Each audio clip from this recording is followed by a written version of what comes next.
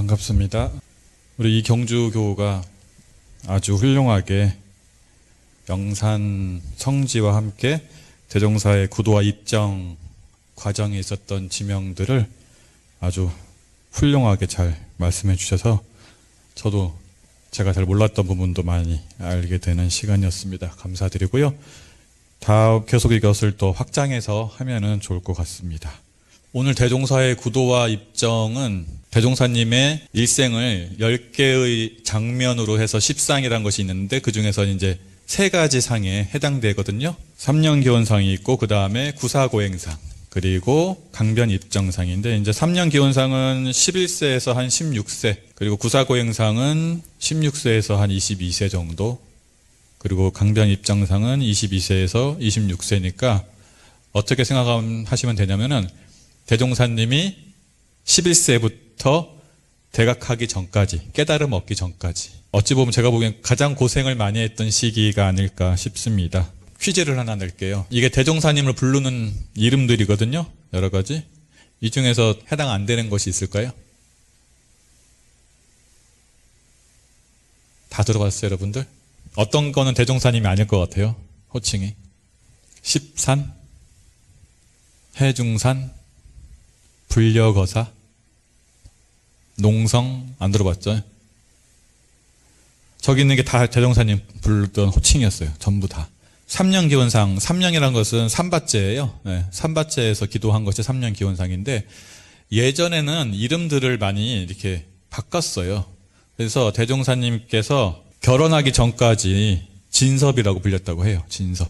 선지님들의 고중에 의해서 진섭이라고 했고 그 다음에 결혼하고 나서 처화. 대종사의 구도와 입장에서 가장 많이 등장하는 이름은 처화예요. 처화. 제가 처화라고 부를 거예요. 처화. 그리고 나서 깨닫고 나서는 중빈. 중빈은 이제 스스로 이렇게 붙이신 거고요. 이름을 중빈이라고 하고 이제 호를 소태산이라고 하고요. 중빈을 보면은 거듭중자 빛날 빈자예요. 그래서 중빈이라는 뜻이 뭐냐면은 예전에 이제 부처도 깨달음을 있는 사람도 급이 있어요. 예. 새로운 회상을 피는 사람이 있고 옛날에 성자가 깨달은 것을 전해주는 사람들이 있어요. 전해주는 사람들을 조사라고 하거든요. 불일중이 법륜상전이란 말이 있거든요. 그러니까 법륜상전이라는 것은 옛날의 깨달음을 전하는 거예요. 전하는 정도지 새롭게 하지는 못해요. 근데 이 중빈의 빈이라는 것은 옛날의 깨달음을 새롭게 하는 거예요. 새 부처님이란 뜻이에요. 내가 새롭게. 예. 그 전에 했던 분들은 부처님의 법을 전하는 사람이었다면은 중빈의 중이라는 것은 새롭게 한다. 다시 새롭게 한다. 중자는 거듭 중자니까 다시 새롭게 한다.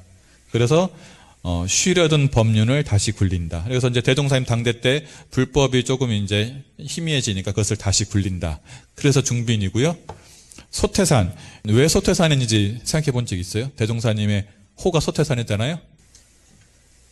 이렇게 얘기를 해요. 한 번씩. 이제 여러분들 왜 소태산인가 물어봤을 때 소자가 적을 소자잖아요. 그죠? 그러면 뭐냐면 이게 해석하면은 태산인데 큰 산이 있어. 큰 산. 네? 근데 그 큰 산이 많지가 않잖아요. 그죠? 소태산이라는 것은 드물게 있는 큰 산으로 해석이 되기도 해요. 여러 가지 해석을 말씀드리는 거예요. 소가 작고 큰 산이 아니라 드물게 있는 큰 산, 소태산. 그 다음에 두 번째는 저 태자가 점태, 콩태이기도 해요. 예. 그럼 뭐예요? 태가 점태, 콩태니까 점보다, 콩보다 작은 산, 더 작은 산. 그래서 이제 우리가 어떤 사물을 자꾸 작다고 하다 보면 사라지잖아요. 예.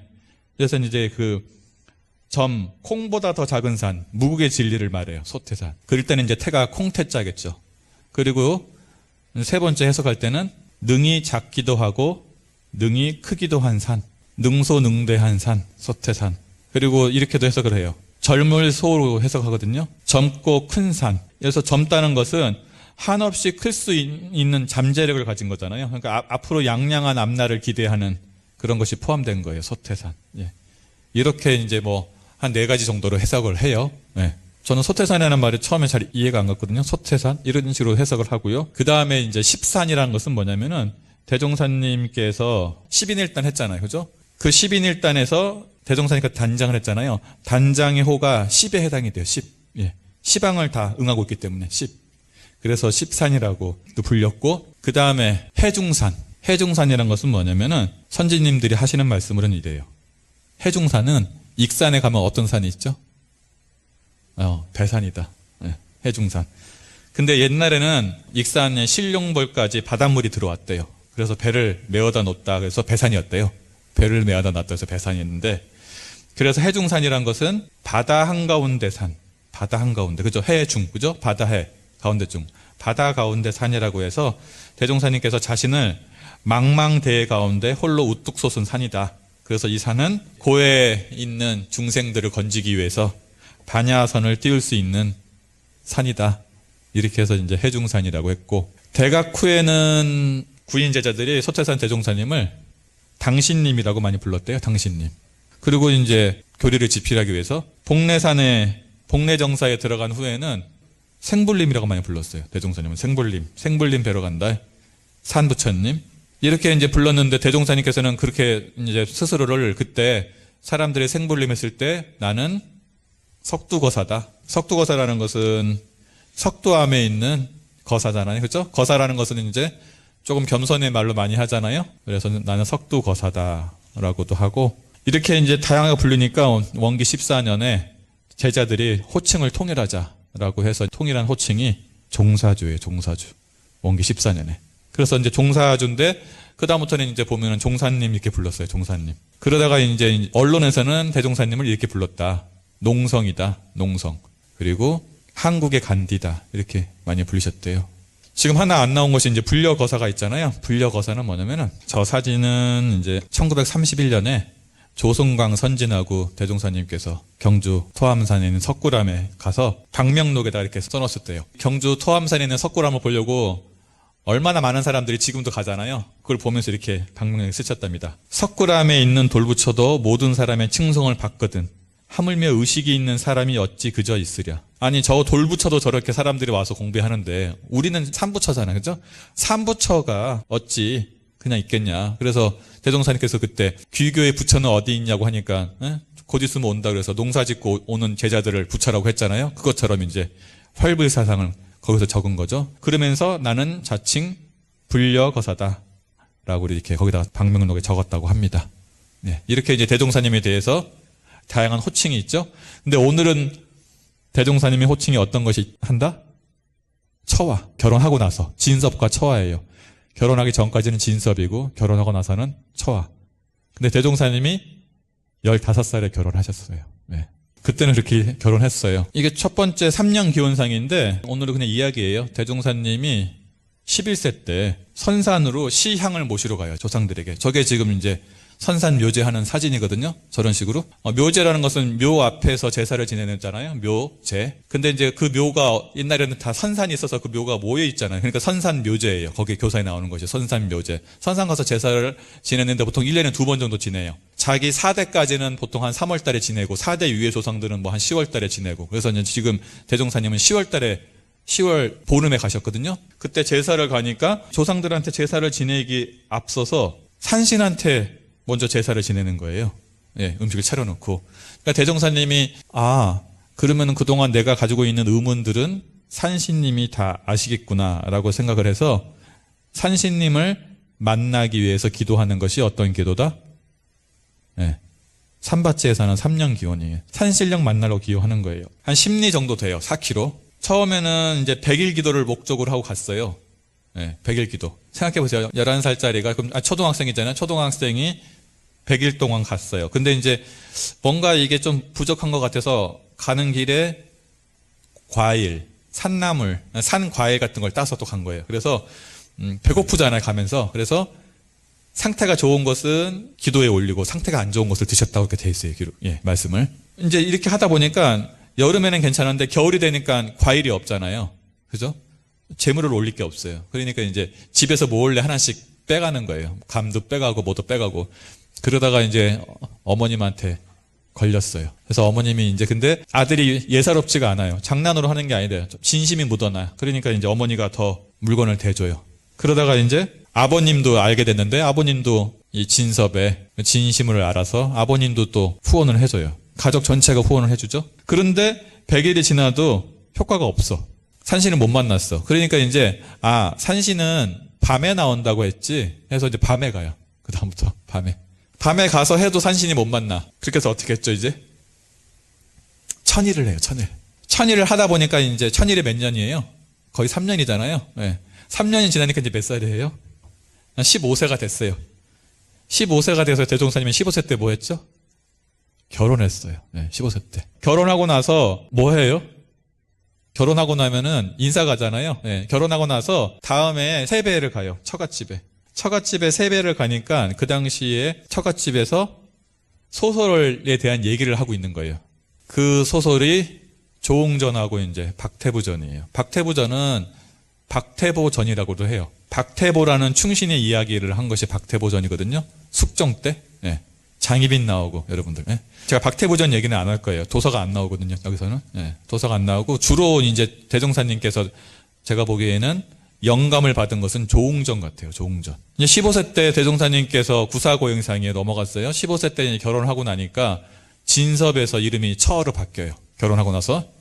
그리고 나서 세 가지가 바뀌거든요. 진섭에서 처하로 바뀌고 이름이. 그 다음에 영천에서 살다가 수해가 나서 구호동으로 이사를 가고, 서당을 다니다가 대종사님이 그만뒀다가 아버님이 다시 다니라고 해서 이제 김화천 훈장에게 다시 또 서당을 다녀요. 1년만 다니다가 다시 또 그만둬요. 네. 이 변화가 있는데 이때 조웅전이 내용이 이래요. 중국 송나라 문제 때 이 황제를 천자라고 불렀잖아요. 황제의 총애를 받던 좌승상행 조정인이라는 사람이 있어요. 이 조정인은 이 좌승상과 그 다음에 우승상이 있어요. 우승상, 이병두. 근데 이제 서로 이제 하는데 황제가 이 좌승상을 총애하니까 이병두가 모함을 해서 이 조정인이 사약을 받아서 죽게 돼요. 어쨌든 죽긴 죽었지만은 총애하는 신하라 조정인의 아들 조웅을 데려다가 궁중에서 어린 태자와 함께 키웁니다. 황제가. 근데 얼마 지나지 않아서 황제가 죽어요. 그러니까 이제 이때를 기다렸던 역적 이두병은 어린 태자를 귀양을 보내고 스스로 황제가 돼요. 소설이라서 그런지 이 8세밖에 안 된 조웅이 크게 분노를 해가지고 경문을, 그러니까 이제 글을 대궐에다 써붙이는 거예요. 8세가. 하고 나서 어머니와 함께 도망가요. 망명길에 가요. 도망을 가서 이제 숨을 데가 없으니까 어머니 왕씨는 절에 들어가고, 같이 들어가서 조웅은 여기서 이제 드라마가 되려고 하니까 월경대사라는 분을 만나요. 그래서 이분한테 학문을 배워서 학문에 통달을 해요. 영재였나 봐요. 15세에 맞춰요. 산을 내려와요. 산을 내려오다가 여러분들이 이제 그 무술 영화 보면은 되게 허름한 사람인데 고수들 있잖아요. 초라한 행색으로 칼 한 자루를 들고 있는 사람을 만나요. 그 사람이 화산도사예요. 화산도사가 이 칼의 주인이 조웅이라고 생각해서 조웅한테 주면서 또 한 명의 도사를 소개시켜 줍니다. 그 도사가 철관도사예요. 이 철관도사한테 도술을 배워요. 네. 도술 천문, 지리 하고 말까지, 뛰어난 말, 용말을까지 얻어요. 이렇게 해서 이제 스승의 허락을 받고 이제 어머님을 만나러 가는 길에 거기서 장진사 댁에 잠깐 머물렀다가 거기서 이제 또 장진사의 딸 장소조와 로맨스가 있어서 100년 가역을 맺게 됩니다. 이렇게 해서 이제 뭔가 다 갖췄어요, 이제. 이렇게 하고 나서 이제 조웅은 스승이 이제 세상을 구하라라고 하니까 그 당시에는 이제 송나라든 여러 나라들이 이제 모여서 되는 거잖아요. 그 위나라를, 외적의 침입을 받는 위나라를 구하고 그 나라의 대원수가 돼서 나중에는 그 역적 이두병을 치게 됩니다. 그래서 이두병을 치고 나서 섬에 유배되어 있는 태자를 구해내고 이제 그 태자를 황제로 추대하면서 이야기가 끝나는 거예요. 그래서 여기에서 이제 월경대사, 화산도사, 철관도사가 나오잖아요. 대종사님 생각하시기에 조웅하고 자기하고 동갑이에요. 조웅이 이제 다시 뜻을 품고 산에서 내려올 때가 15세였거든요. 근데 대종사님이 이때 15세인 거예요. 그래서 제가 보기에는 이 조웅한테 감정이입을 하신 것 같아요. 이제 나도 뭔가 해야겠다. 그래서 이제 스승을 찾아다녀요. 그때부터 이제 도사를 찾아서 여러 가지 얘기가 있는데 이제 한 3개 정도 얘기가 있으면은 처음에는 이제 도사라고 하면은 좀 독특한 사람일 것 같아서 지리산 노고당 근처에서 새나 뱀하고 말을 하는 이인이 있다. 특별한 사람이 있다라고 해서 거길 만나러 가요. 근데 이제 새하고 뱀하고 말만 하지 내가 갖고 있는 고민은 해결해 주지 못해요.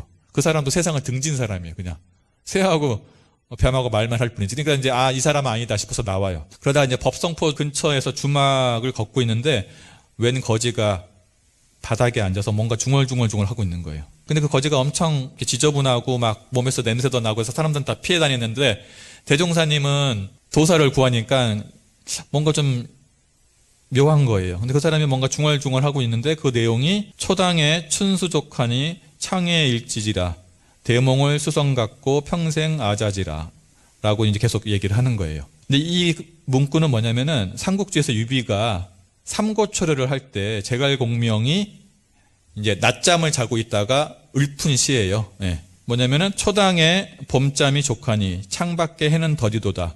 큰 꿈을 누가 먼저 깨칠 건가. 평생을 내 스스로 안오라. 이렇게 하는 거거든요. 예. 제갈공명이 그때. 그러니까 이제 처와도 이제 공부를 했기 때문에 이게 보통 시가 아니란 것을 알고 처가 이제 이 사람이 도사라고 생각해요. 왜 도사라고 생각하냐면은 처가 읽었던 조웅전에 도사들은 변장수를 사용한다고 이렇게 나오잖아요. 그러니까 일부러 그냥 거지같이 보인다고 해서 특히 조웅전에서 화산도사가 그렇게 거지 같은 복장을 하고 나서 칼을 들고 칼을 주거든요. 그러니까 저 사람 화산도사같이 원래 대단한 사람이지만은 그것을 숨기고 있다라고 생각하는 거예요. 그렇게 해가지고 데려와요, 집으로. 데려와서 3일 동안 묵게 하면서 극진하게 봉양을 합니다. 그런데 알고 보니까 그 사람이 진짜 거지였어요. 그거밖에 못해. 딴 걸 할 줄은 몰라. 예. 그것만 알고 있어. 그래서 이제 처화가 거기서 또 실망을 하고 또 도사를 계속 찾아다니는데 찾기가 쉽지 않죠. 그러니까 이제 아버님이 보다 못해서 아버님도 같이 찾아서 지리산에서 천왕봉에서 20년간 수도하는 사람이 있다는 소문을 듣고 아버님이 이제 집으로 초대해요, 도사를. 아버님도 참 대단하지 않아요? 산밭에 기도할 때 4년간 미뤄주고, 예? 도사 찾으니까, 혼내지 않고 또 본인이 직접 초빙해 와요. 근데 이 사람이 이제 오자마자 내가 신통을 할 수 있다고 막 자랑을 해요. 근데 나한테 도수를 배우려면은 뭔가 성의를 보여야 된다고 해요. 이 사람이 보기에 그 집에 소가 있으니까 소 한 마리를 주면 내가 알려주겠다라고 해요. 근데 이제 처화가 그동안에 여러 도사들한테 많이 속아서 신뢰가 잘 안 가요. 그래서 그 사람은 시험을 해봐요. 그럼 직접 보여달라고 해요. 네. 직접 보여달라고 하니까 그 처사가 이래요.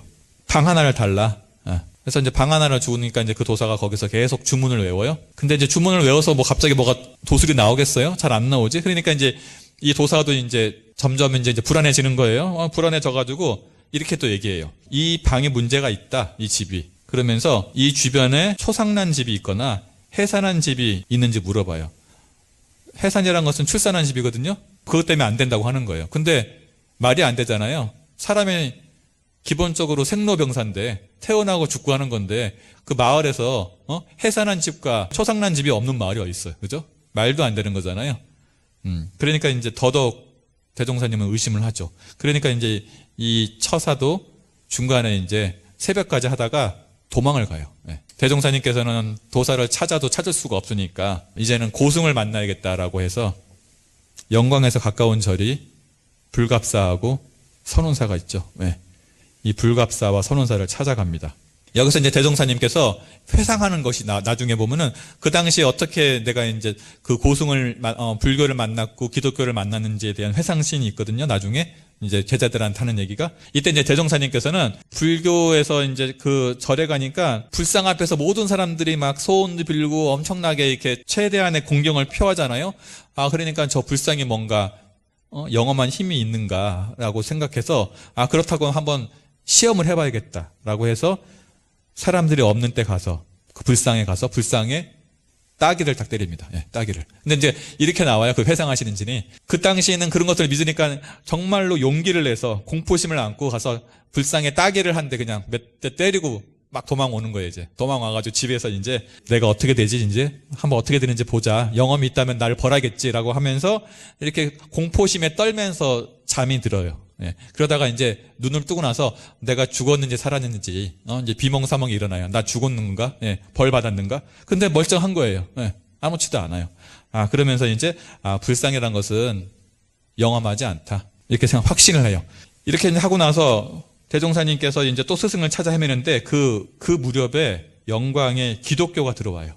1905년에 영광에 기독교가 들어왔다고 해요. 그때 이제 선교사 배유지라는, 한국말로 배유지예요. 영어 이름은 제가 정확히 모르겠어요. 한국말로 배유주인데, 이 사람이 이제 30년간 선교를 하다가 돌아가시거든요. 근데 이제 대종사님께서 이 사람이 하는 예배에도 참석을 했다고 나와 있어요. 근데 이제 가서 보니까 기독교도 똑같아요. 불쌍해서 십자가로만 바뀌었지, 십자가에 모든 사람들이 죄도 빌고 복도 빌고 병이 낫게 해달라고 막 최대한의 공경을 다 표하는 거예요. 그러니까 이제 그러면서 하나님 아버지로 하는 거예요. 천주라고 하잖아요. 그러니까 이제 대종사님께서 그렇게 영험한 하나님이면 나도 한번 시험해 봐야겠다고 해서 이렇게 하죠. 집에 와가지고 막대기를 하나 들고 하늘을 이렇게 막 쑤시면서, 하늘 이놈아, 내가 영험이 있느냐 없느냐, 영험이 있다면 있는 표정이다 하고, 없으면은 가만히 있어라, 이렇게 얘기해요. 근데 뭐 갑자기 하늘에서 뭐 벼락이 치겠어요? 아무렇지도 않아요. 그러니까 대종사님께서 더 큰 소리로, 이 하늘아, 이 멍텅구리 놈아, 귀까지 먹었냐? 내가 말귀를 알아듣는다면 내게 덤벼봐라, 이렇게 하는 거예요. 우리도 어렸을 때 뭐 그런 것들 있잖아요, 한번. 근데 하늘이 뭐 벌 줬겠어요? 아무렇지도 않죠. 그러니까 대종사님께서 하나님도 영험하지 않구나, 이렇게 생각을 해요. 이렇게 하다가 보니까 이제 대종사님이 1909년 이제 첫 딸을 낳게 돼요. 낳고 나서 이제 스승 찾는 것도 포기하고 다시 산밭제로 다니기 시작하는데, 산밭제로 가니까 대종사님 아버님께서 참 대단하세요. 그 당시 이제 대종사님 아버님께서 몸도 아프고 가세도 많이 기울어져 가는데, 대종사님 처아가 또 산밭에서 또 이제 수도한다니까 아버님 처남인 유선숙을 시켜서 또 초막을 지어줘요, 거기다. 그래서 점점 이제 산밭에서 머물다가 1910년 대종사님이 한 20살쯤 됐을 때 아버님이 열반하십니다. 59세. 제가 봤을 때 이때 대종사님이 가장 큰 절망감이 찾아온 것 같아요. 왜냐하면 그동안에는 내가 하고 싶은 대로 수도를 다 했잖아요. 아버님이 후원해서. 20살이 되기까지 아버님이 처와한테, 대종사님한테 지게 한번 지게 않고, 김 한번 매게 하지 않고, 공부만 하기 밀어줬어요, 아들한테. 근데 이제 아버님이 돌아가세요. 이때부터 대종사님의 이제 극심한 고통이 들어와요. 대종사님이 6남매셨는데, 대종사님이, 어머님이 아버님의 두 번째 부인이에요. 그러니까 이게 대종사님 아버님이 결혼을 2번 하신 거예요. 여러분들은 모를 수 있겠지만, 어떻게 되냐면, 대종사님 아버님이 나주임신데 첫 번째 부인이 일찍 돌아가세요. 3명의 자녀를 낳고. 그러니까 이제 대종사님 아버님 박성삼님이 이제 혼자 사시다가 강릉 유씨하고 새로 결혼을 해요. 강릉 유씨. 그러니까 재혼을 하게 된 거죠. 두 번째 결혼을. 서로 이제 사별을 한 거예요. 그래서 사별해서 만난 거예요. 그 강릉 유씨의 두 번째 자녀가 이제 대종사님이에요. 대종사님 위에 누나가 한 명 있어요. 그리고 그래서 대종사님이 6남매 중에서 5번째예요. 서로 사실은 이제, 엄마가 다르죠. 위에 3명은. 그리고 대종사님 5번째고, 대종사님 밑에 아우가 있죠. 그러니까 이제 대종사님께서, 첫째 부인의 딸인 큰 누나는 시집을 갔고, 둘째 맏형은 자녀가 없는 당숙에게 양자로 갔어요. 아까 나왔죠? 그리고 셋째 형은 5년 전에 요절을 했어요. 그리고 이제 두 번째 부인, 본인의 친엄마죠. 강릉 유씨의 첫 번째 소생인 작은 누나는 결혼을 해서 갔고, 그러니까 이제 본인이 어머님과, 그리고 21살인 자기 아내와, 그리고 2살 된 딸과 14살인 남자 동생을 거느려야 되는 거예요. 갑자기 가장이 됐어요. 그러니까 이제 대종사님께서 얼마나 막막했겠어요? 그런데 거기다가 대종사님 아버지가 마름이었어요. 마름이라는 것은 뭐냐면 지금 같으면 관리인이에요. 땅을 관리해 주는 거예요. 관리해서 소장농들한테서 그것을 돈을 받아오고 이런 역할을 하는 것이 마름인데, 대종사님 아버님께서 예상하기로는 상당한 그 당시 빚을 졌어요. 이제 빚을 질 것 같지 않아요? 위에 자녀들 다 결혼시키고 대종사님 수행한다고 뒷바라지하고 하니까 얼마나 이게 많이 생겼겠어요? 그래서 돌아가시면서 빚을 많이 져요. 근데 이제 그 대종사님 아버님이 돌아가시기 1년 전에 아버님이 마름 역할을 하던 원래 그 땅의 주인 조승지가 돌아가세요. 그러면서 그 아들은 욕심이 많아요. 그래가지고 원래 이제 조승지는 마름으로 있는 대종사님 아버님한테 준 빚을 받으려고 생각이 별로 없었는데 그것을 독촉하는 거예요, 이제. 그러니까 대종사님이 어떻게 했어요? 4명의 건설들 거느려야지 그 다음에 빚독촉을 받는 거예요. 예. 그러니까 이제 최고의 고통스러운 시기에 그때 빚독촉과 가솔들 먹여 살려야 되니까 그때 장사를 하러 나가요 이제. 예. 장사를 하고 나갔는데 소질이 없던 이제 3개월 만에 거덜이 나요. 왜냐하면 거짓말 못 하잖아요. 대종사님. 장사하려면 거짓말도 좀 하고 해야 되는데 3개월 만에 거덜이 나고 그래서 이제 대종사님께서 그때의 심경을 이렇게 얘기하죠. 이 산으로 가도 통곡, 탄식가에 이렇게 나와요. 저 산으로 가도 통곡. 예. 시방두루 복배하고 산신을 만나볼까, 도인을 만나볼까, 이인을 만나볼까, 이리저리 하여 보나 조실부모 이내 몸이 사방에 우적, 임시거처거든요. 임시거처 없어 일편단신 되었으니 의식돌이 전혀 없고 일일 삼시 먹는 것이 구설음의 요기로다. 그러니까 어디야 의지할 데도 없고 삼시세끼 먹을 밥도 없는데 먹는 것은 오직 하나 욕이다. 욕만 먹고 있다. 이렇게 하신 거예요. 표현한 거예요. 구설음의 요기로다. 그래서 그때 이제 아버님의 친구인 김성서가 와서 김성서의 누이의 수양딸이 발행인애가 있어요. 아까 우리 이경주교가 주막 얘기했는데 주막은 대종사님 부인이 하신 것이 아니에요. 대종사님 아버님의 친구의 누이의 수양딸이 발행이라고 있어요. 나중에는 이제 대종사님의 첫 번째 여자 제자가 되시는 분인데 그분이 서로 이제 연결시켜줘요. 거기도 남편이 빨리 죽고 그 다음에 한 남편은 도망가고 해가지고 혼자 살고 있어요. 자식 데리고. 그리고 대종사님도 힘드니까 둘이 같이 주막을 해보라고 해가지고 주막을 해요. 근데 대종사님께서는 주막엔 관심 없어요. 그 주막 옆에 있는 규영바위 굴에 들어가서 수도하고 있고 그리고 이 발행인에는 인심이 너무 좋아서 외상을 너무 많이 준 거예요. 그래가지고 이것도 망해요. 두 번째 망하잖아요. 네. 그리고 나서 어떻게 되냐면 이렇게 주막을 하는 거죠. 이분이 이제 그 발행인애가 사타원 이원아 선지님이에요. 이 규영바위에서 수행을 하다가 그 다음에 세 번째로 하는 사업이 임자도 타리섬에서 민어파시를 해요. 이 영광 옆에 있는 임자도라고 있어요. 신안군에. 그 임자도의 타리섬은 임자도 옆에 있는 그 조그만 섬 두 개가 타리섬이에요. 여기는 탈이섬이라고 나오는데 찾아보면 탈이라고 나와요. 탈이섬인데 여기에 이제 우리 한국에서 뭐 3대 장, 뭐 4대 장이라는 민어파시가 열려요. 이때 저 조그만 섬에 한 300대에서 500척의 배가 몰린다고 해요. 예. 그렇게 이제 하니까 대종사님께서 이 칠산 육원이 대종사님의 이제 외숙이고 그 다음에 그 외숙의 친구가 이산 이순순이에요. 이 두 사람하고 아까 앞에 있던 사타원 이원아 이 세 분하고 같이 민어파시를 가요. 근데 이제 민어파시라는 것은 뭐냐면은 민어파시가 그 300척에서 500척의 배가 오니까 그 사람들이 먹고 마시고 하는 것이 얼마나 많겠어요. 그래서 뭐 이제 온갖 상인들도 다 모였다고 해요. 그래서 엄청나게 이제 번화가가 형성되는데 대종사님께서 이때 하신 거 뭐냐면은 그 배에 물자를 대주는 거예요. 물자를. 예. 근데 대종사님께서 물자를 대주기 위해서 만난 분이 이제 있는데 그분이 객주가 대종사님하고 같은 밀양박씨였대요. 예. 그리고 이제 여러 가지로 서로 조상이 가까운 조상이라 대종사님한테 특별히 잘해줬어요. 많이 밀어준 거예요. 그래서 이때 대종사님께서 엄청나게 많은 수익을 얻었다고 해요. 그리고 대종사님께서 물자를 대주는 배들이 거의 다 만선을 해서 왔대요. 그러니까 대종사님한테 계속 다 사람들이 물자를 대려고 하는 거예요. 그래서 이때 엄청나게 돈을 많이 그 당시에는 벌어서 빚을 다 갚았다고 해요. 네. 옆에 보면 저게 이제 민어파시를 만들어 놓은 거죠. 그리고 일본 사람들이 민어를 좋아해서 여기까지 사러 오기도 하고 이렇게 된 거죠. 이때 근데 대종사님께서 이렇게 돈을 잘 버셨는데 빚 갚을 만큼만 딱 하고 끝내버려요. 네. 더 했으면 이제 구도로 안 갔겠죠. 장사하다 끝났겠죠. 여기서 딱 끝내버려요. 그냥 정확히. 그리고 나서 이제 다시 수도하기 위해서 이제 산밭제도 아니고 그 다음에 찾아가는 것이 연화산매지의 고창. 예.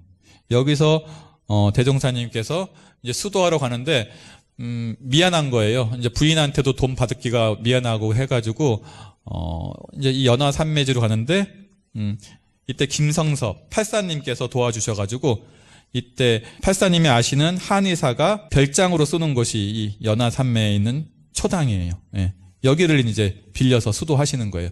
근데 이제 거의 하루에 한 끼 정도만 드시고 수도를 하시고 그 옆에 있는 저기 우물 같은 게 보이죠? 저기서 겨울에 냉수 마찰 하시면서 저게 이제 대종사님이 대각하시기 1년 전에 최고로 수행이 구도가 절정에 있었던 데가 이 연화봉이에요. 여기서 이제 대종사님께서 온갖 병을 다 얻으시게 돼요. 그리고 나서 이제 대각하기 직전에 대종사님께서 3번의 입정을 하십니다. 3번의 입정. 여러분들이 이제 가장 많이 아는 것이 선진포 나루토의 입정이 있어요. 그죠? 예. 저게 이제 원기 28년에 찍은 선진 나루토거든요. 1943년에. 저기가 이제 법성포 장보러 가는 길에 대종사님께서 아침에 장보러 갔다가 그냥 그 자리에 서가지고 다른 사람들이 장 끝나고 올 때 저녁까지 서 있었다 하는 것이 이제 여러분들이 많이 알고 있는 강변 입정상, 선진 나루토에서의 입정이고, 그 다음에 이제 두 번째 많이 있는 것이 이제 규영 바이토에 있는 집에서 그 발행인애가 대종사님이 너무 고생하시니까 아침 식사를 딱 만들어 놓고 가면 대종사님께서 입장에 드시는 거예요. 그래서 점심 때 와서 저녁 때 와서 보면은 밥이 그대로 있고 거기에 파리들이 그냥 가득 차 있는 거예요. 안 먹고 그냥 계신 거죠. 입장에 드셔요, 그때. 네. 그리고 이제 세 번째 입정은 규영바이 터에서 입정인데, 대종사님께서 이제 이것은 정사로 전하는 것이 아니라 사람 이제 영광에 살았던 분들은 다 알고 계시다고 하더라고요. 대종사님께서 규영바이에서 소피, 예, 볼일을 보러 가셨다가 그대로 입장에 드셨대요. 바지도 올리지 않고. 예. 그래서 이제 그것도 이제 선제님들 얘기 들어보면은 영광 사람들은 예, 다 거기에 대한 기억이 있다. 다 알고 있다라고 할 정도로 이 3번의 입정이 있었습니다. 이렇게 이제 고창 연화봉에서 입정과 영광에서 이 3번의 입정이 대종사님이 깨달으기 직전에 이제 절정으로 가는 거죠. 예, 이 상태가. 예. 그래서 오늘 우리가 같이 본 것이 이거예요. 대종사님께서 3년 기원상 4년 동안 산신을 만나기 위해서 기도를 하고, 산신을 못 만나니까 이제 6년 동안 도사를 만나기 위해서 기도를 하고, 도사를 못 만나니까 그 다음에는 이 일을 어찌할꼬, 이때부터 이제 이 일을 어찌할 거예요. 도사도 못 만나고 산신도 못 만나고 그러니까 이 일을 어찌할꼬, 이때가 이제 강변 입정상이죠. 그래서 저는 이것을 우리의 수행에 대입해서 나는 얼마나 오랫동안 내가 어떤 것을 이루기 위해서 하는 기도가 있었는가 한번 돌아봤으면 좋을 것 같아요. 예. 내가 지금까지 살아오면서 어느 정도 오랫동안 수행을 위한 기도를 하는 건데 내가 장기적으로 했던 기도가 있는가? 예. 내 복을 위해서 하는 것이 아니라, 그것을 이제 3년 기원상에서 우리가 대종사님 구도에서 배워야 될 점이고, 그 다음에 스승. 내가 스승을 찾기 위해서 얼마나 고생을 했는가? 아니면 그냥 스승을 찾는 거에 대한 별로 생각이 없는가? 아니면, 그래서 지난번에 지자본이 했을 때 스승에 대한 표준이 있어야지 스승을 찾을 수 있다고 했잖아요. 스승을 보는 눈이 있어야 되지. 근데 여러분들이 인생에서 뭔가 크게 깨달음이 있으려면 스승이 있어야 되는데, 나는 그 스승을 찾기 위한 어떠한 노력을 했는가? 한번 대종사님의 구사고 영상을 통해서 돌아볼 필요가 있고요. 그 다음에 이제 강변 입정상. 강변 입정상에서 배울 건 저거 같아요. 우리가 이제 살면서 독공을 하는 시기가 좀 필요하거든요. 모든 것을 다 끊고 한번 들어가서 하는 시간이 필요해요. 저도 학생 때 만덕산에 가서 한번 그런 적이 있었거든요. 밤새 한번 교전을 읽어본 적이 있어요. 예. 한 12시간 정도 읽은 것 같아요. 예. 앉아가지고 한 5명이 모여가지고. 예.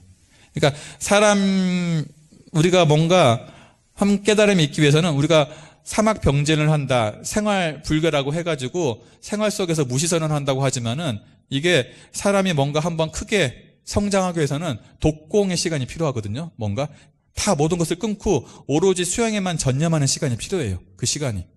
예. 그냥 흐지부지 살면서 뭔가 얻기는 어려워요. 예.